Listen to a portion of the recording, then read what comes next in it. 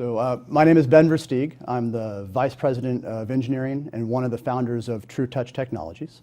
TruTouch is our R&D group is based in Riverside, and I'm a native, and so that's why we're here, and very excited to be here. But we've developed a new way of measuring chemistry in people's bodies using light. And so we've commercialized a product that, similar to the pulse oximetry technology you may have seen, where you measure blood oxygen saturation through the skin. We have an optical sensor where we can measure alcohol concentration in your body.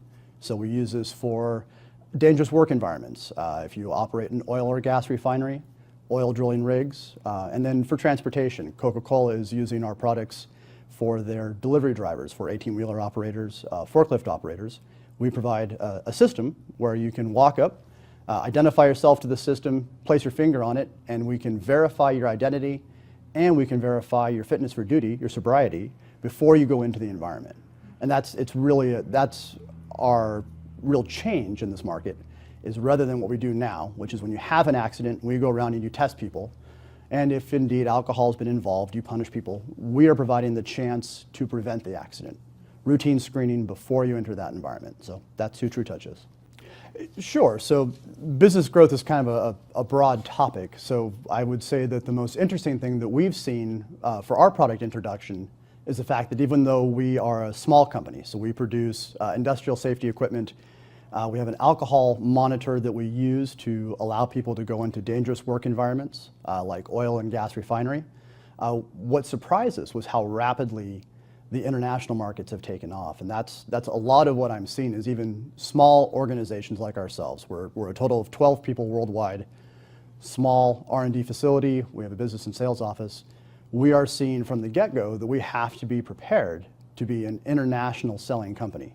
And that's where a lot of the new markets are opening up, particularly in Asia. For us with oil and gas, we're seeing markets in South Africa, we're seeing markets in Asia, we're seeing markets overseas in particular. And so the nice thing though, is that because of the new information technology, it's really quite possible to tap into these markets, even as a small organization. And with a relatively small amount of capital, you're able to build these distribution networks, where I think previously the barrier to entry on a lot of these was much higher. So that's one area of business growth. For this region in particular, I'm a high-tech startup guy. So I would say one of the real advantages of being in Riverside or in other small municipalities like this is that the cost of overhead is quite low. And so you have a lot of resources. You've got great access to the city government here.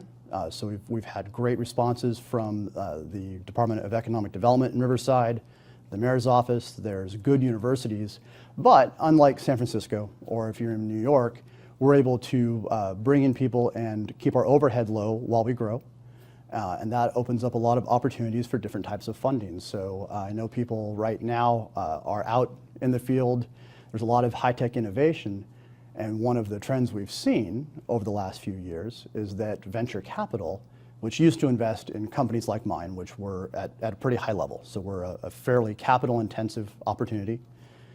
Difficult to start with the typical 1 or 2 angel 100K investments. We need several millions of dollars. And what we've seen is that venture capital from a classic sense is not investing in pre-revenue companies at that level. Instead, you're getting a lot of consortiums of angel investors. And so we've been able to tap into that actually. So we've been able to put together a pretty effective consortium of angels, get investments in the $5 to $6 million range as a result.